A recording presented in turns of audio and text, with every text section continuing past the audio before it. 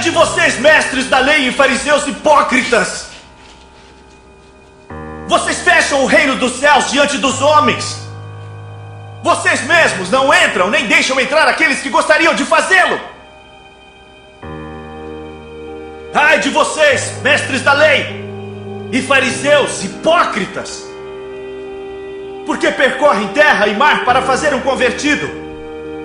E quando conseguem, vocês o tornam 2 vezes mais filho do inferno do que vocês.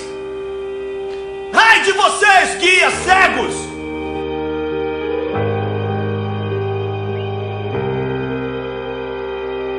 Fala aí pessoal, eu sou o Thiago Lima e estamos começando mais um vídeo aqui nesse canal. E a cada dia que passa eu vejo quanto as palavras de Cristo, as verdadeiras palavras e o ensino do Messias fazem mais sentido conforme as informações vão chegando para nós.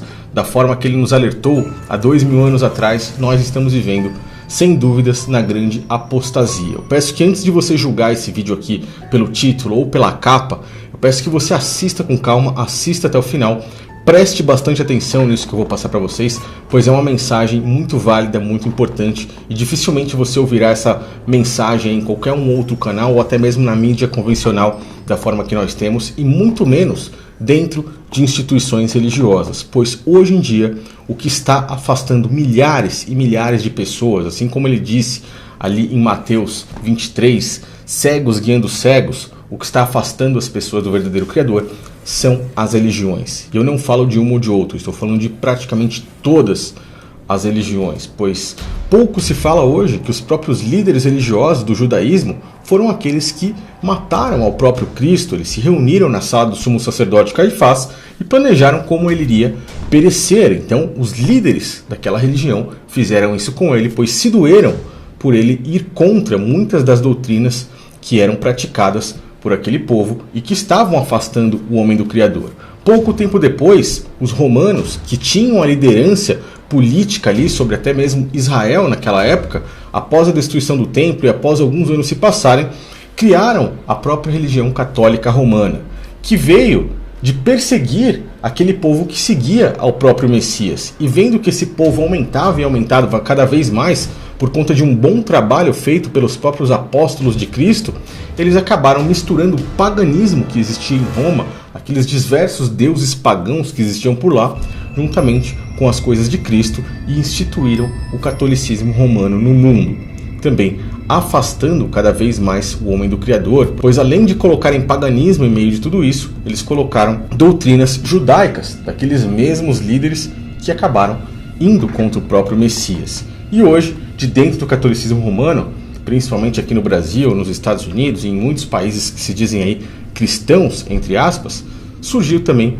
com grande força há 500 anos atrás apenas o protestantismo.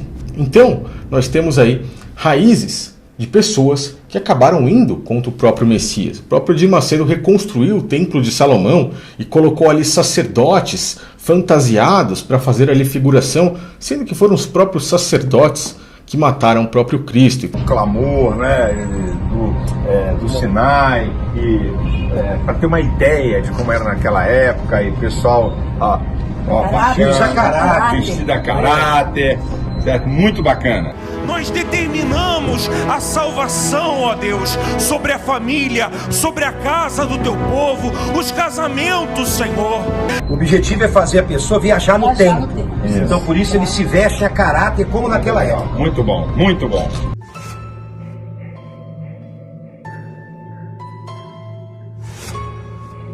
Naquela ocasião, os chefes dos sacerdotes e os líderes religiosos do povo se reuniram no palácio do sumo sacerdote, cujo nome era Caifás.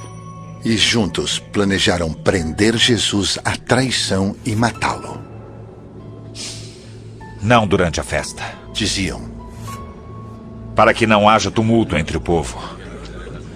Quando eu fui até lá no Templo de Salomão, há uma boa época atrás, eles acabaram me expulsando por perguntar essas coisas às pessoas lá dentro. Bom dia pessoal, tudo bom? Queria saber a opinião de vocês sobre o Templo de Salomão, que foi construído para a Igreja Universal. Vocês poderiam falar pra gente sobre isso, alguma coisa? Eu acho que é uma obra grandiosa de Deus, né? Que Deus usou o bispo, né? Tudo para construir, deu direção espiritual para ele. É uma bênção de Deus esse templo, porque onde vem milhares de pessoas do mundo inteiro para cá para visitar o templo, né? Ele é uma bênção, é uma coisa linda, né? Extraordinária, né? E aí eu também tenho para falar que é um cartão postal, que se alguém de fora quiser vir visitar o templo, vai ser abençoado, tipo, vai ter milagres na vida da pessoa, ela vai sair daqui com a bênção na vida dela, no templo de Salomão. E a respeito do nosso Messias, não foram os sacerdotes do templo que mataram o próprio Cristo? Eu posso não responder essa pergunta? Pode sim. Pra mim, eu não vou responder essa pergunta, desculpa. Bom dia, você poderia dar pra gente a sua opinião a respeito do templo de Salomão aqui em São Paulo? Eu acho um monumento muito bonito. Acho que o pessoal tem que apoiar a construção dos templos desse jeito, porque é cultura também pro nosso país e é bacana, quem tem a fé, né, quem quer seguir a religião, eu apoio isso e acho interessante. Os próprios sacerdotes do templo na época de Jesus mataram ele. Você saberia dizer alguma coisa pra gente sobre isso? Mas eu não sei te informar sobre isso. Tá bom. Não? Até no entanto, não tem autorização para isso. A gente está dentro de permitir. Tá. Mas eu teria que pedir autorização para quem? Para o pastor? Provavelmente também não sei. Tá vendo a menina aqui, ó? Dá uma encostada na recepção e vem com ela aqui, ó. Tá bom, tá bom. Obrigado, hein? E agora, chegando no assunto do Papa Francisco, nessa semana saiu uma matéria aí no G1 da Rede Globo que diz assim: Papa Francisco pede para que se pare de aterrorizar as pessoas usando o nome do Criador.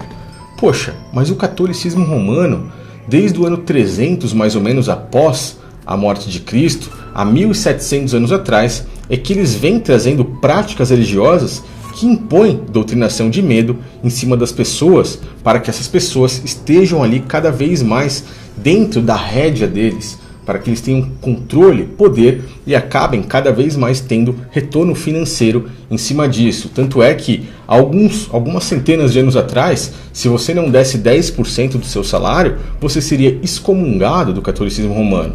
Mas antes de eu começar a falar com minhas palavras, eu quero trazer um vídeo aqui que foi muito interessante. É um vídeo que eu já tenho há muitos anos e eu nunca coloquei nada aqui no canal a respeito disso. Eu peço que você assista com calma se esse vídeo ficar mais longo que o normal, pois é um vídeo de um padre que ele acaba falando algumas coisas e vocês veem a reação das pessoas, como acontece, e eu tenho certeza que se isso acontecesse agora, novamente, as pessoas reagiriam da mesma forma. Vamos assistir aí? Eu vou pausando para dar a minha opinião, a minha interpretação, e vocês deixem aí nos comentários também a opinião de vocês. Eu peço que no final me ajudem aí no compartilhamento da mensagem, pois é um vídeo bem interessante para que as pessoas possam abrir as suas mentes, pesquisar cada vez mais sobre Cristo e, enfim, enxergar a realidade, pois somente a verdade pode nos libertar. Vamos ver aí.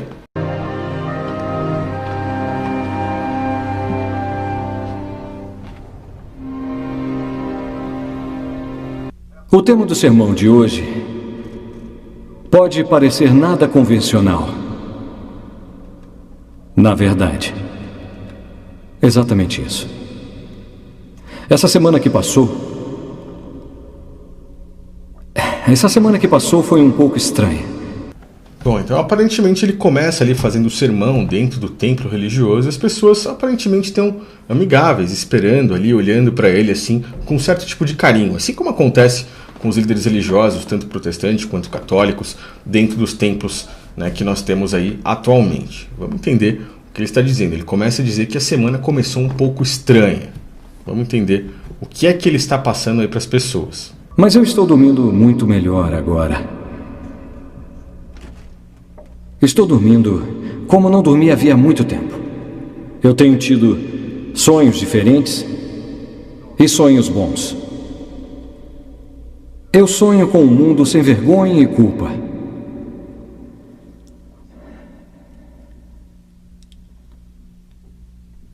Não julgues e não serás julgado. Escutem essas palavras, senhores. Elas foram as palavras de um carpinteiro de Nazaré. O que fazem os religiosos? Aí ele começa falando a respeito das palavras de Cristo mesmo. Não julgue para não ser julgados. Bom, as pessoas até aí estão levando isso como um sermão comum, um sermão normal. E aí ele começa a passar a mensagem, que eu acho interessante que vocês vejam também. Vou continuar aí mais um pouquinho. O que as igrejas estão fazendo. Eu estou vendo que a religião existe por um motivo: para oprimir todas as pessoas. Nossa. Para assustar e tornar a classe baixa submissa. Para que eles não ousem desafiar a elite.